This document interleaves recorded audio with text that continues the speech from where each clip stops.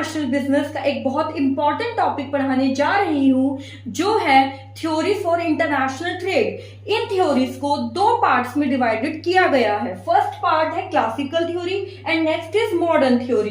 Classical theories में हमारी ये थ्योरीज आती है, मॉडर्न में ये। मर्केंटाइलिज्म थ्योरी हमें ये बताती है कि कोई भी कंट्री है, अगर उसको ग्लोबल लेवल पर सक्सेस हासिल करनी है तो उसको एक्सपोर्ट पे ज्यादा ध्यान देना पड़ेगा और इंपोर्ट पे कम। एब्सोल्यूट एडवांटेज की थ्योरी हमें यह बताती है कि किस तरीके से एक कंट्री लो कॉस्ट में और लो लेबर रिसोर्सेज में ज्यादा प्रोडक्शन कर सकती है और दूसरी कंट्री के साथ ट्रेड स्टैब्लिश कर सकती है। नेक्स्ट, कंपैरेटिव एडवांटेज की थ्योरी हमें ये बताती है, बेसिकली ये रिलेटेड है हमारी अपॉर्चुनिटी कॉस्ट से।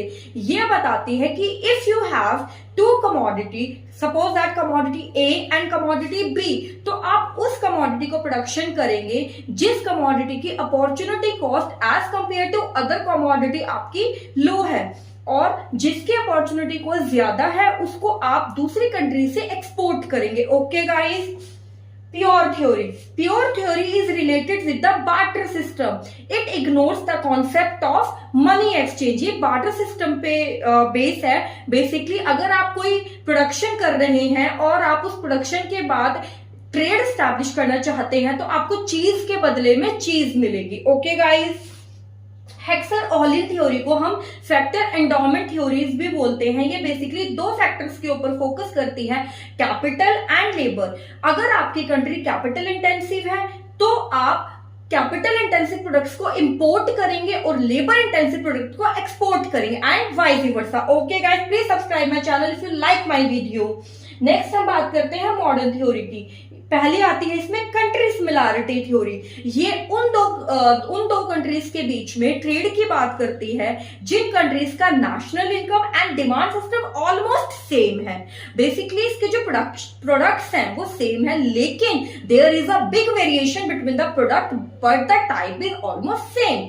नेक्स्ट है PLC theory, product life cycle theory. इसका मोस्ट इंपॉर्टेंट मैं आपको एक बात बता रही हूं, ये आपके एफडीआई के अंदर भी एक क्रूशियल रोल प्ले करती है और ये हमारा पीवाईक्यू से भी रिलेटेड है। ये थ्योरी हमें किस बारे में बात करती है कि जो कोई भी प्रोडक्ट है वो हमेशा अलग अलग साइकिल से गुजरता है, और जैसे सपोज दैट ग्रोथ हो गया तो उसको हर साइकिल में अलग अलग कंट्रीज के अंदर जाके उसको प्रोड्यूस किया जाता है and thereafter we use that commodity in our international trade. Okay guys.